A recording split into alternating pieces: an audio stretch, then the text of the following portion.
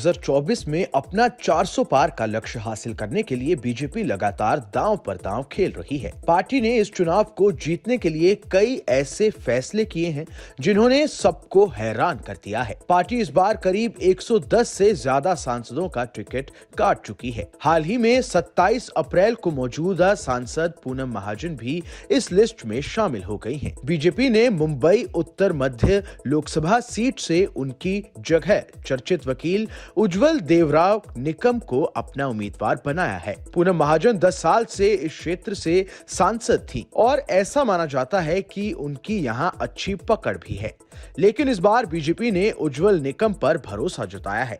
ऐसे में लोग ये जानना चाहते हैं कि आखिर उज्जवल निकम कौन है। उज्जवल निकम महाराष्ट्र के जलगांव के रहने वाले हैं।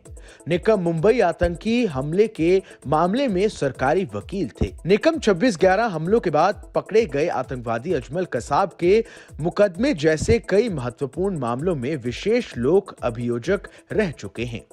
उज्जवल Nikam 1993 Mumbai bomb blast, Pramod Mahajan murder case, marine drive बलात्कार केस, गुलशन कुमार हत्याकांड जैसे कई हाई प्रोफाइल केस में सरकारी वकील रह चुके हैं। अपने करियर में उन्होंने 37 आरोपियों को फांसी दिलवाई तो वहीं कम से कम 628 को उम्र कैद दिलवाई है। कसाब केस में उनका नाम काफी फेमस हो गया था।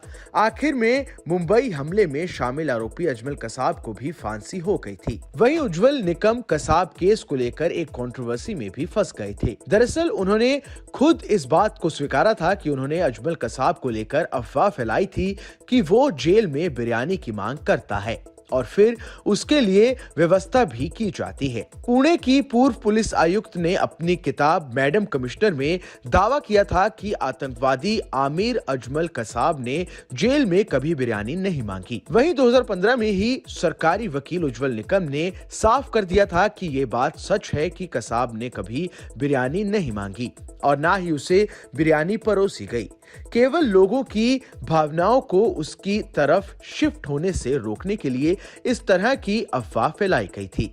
निकम ने ही कहा था कि लहर आतंकवादी के पक्ष में जाने लगी थी। उसकी एक तस्वीर सामने आई थी जिसमें उसे देखकर तरस आ रहा था।